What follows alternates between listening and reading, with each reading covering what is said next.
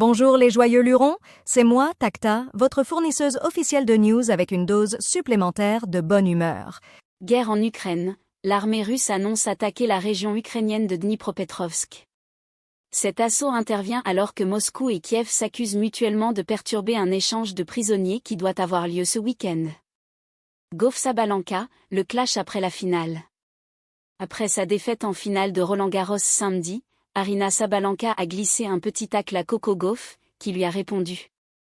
Audience, quelle performance pour le nouveau jeu. Le dernier cercle sur TF1 face à Laurent Gérard, l'anniversaire événement sur France 2 et Star 80 vs Star 90, la grande battle sur M6.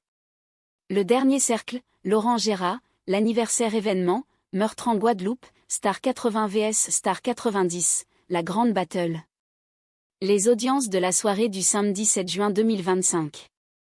Renaud fait une apparition surprise sur M6 au concert Star 80 vs Star 90 de Lille.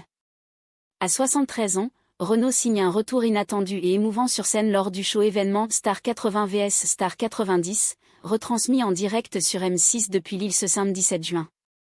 À vendre, le tapis rouge du Festival de Cannes pour 1 € le kilo. 1,5 tonnes de la moquette synthétique rouge, remplacée quotidiennement pendant la quinzaine, est proposée à la vente pour une seconde vie.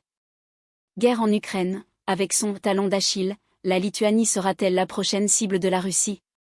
Dans le sud de la Lituanie, les habitants vivent à quelques kilomètres du corridor de Suwałki, une zone ultra-sensible pour l'OTAN et ultra-stratégique pour la Russie. En Colombie, le sénateur Miguel Uribe, qui vise la présidentielle de 2026, blessé par balle en plein meeting.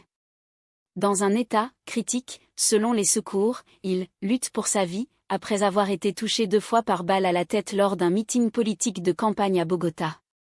Après le chamboule-tout de Trump, les espions français entrent business as usual et volonté d'autonomie vis-à-vis des Américains. Depuis la prise de fonction du président américain en janvier, les services de renseignement outre-Atlantique ont vécu un remue-ménage important. Circonspects, les alliés européens, et notamment hexagonaux, phosphore. Il reçoit 2 balles dans la tête, un sénateur se fait tirer dessus à moins d'1 an de l'élection présidentielle colombienne. Ce samedi 7 juin, un sénateur colombien reçoit plusieurs balles dans la tête et une au genou.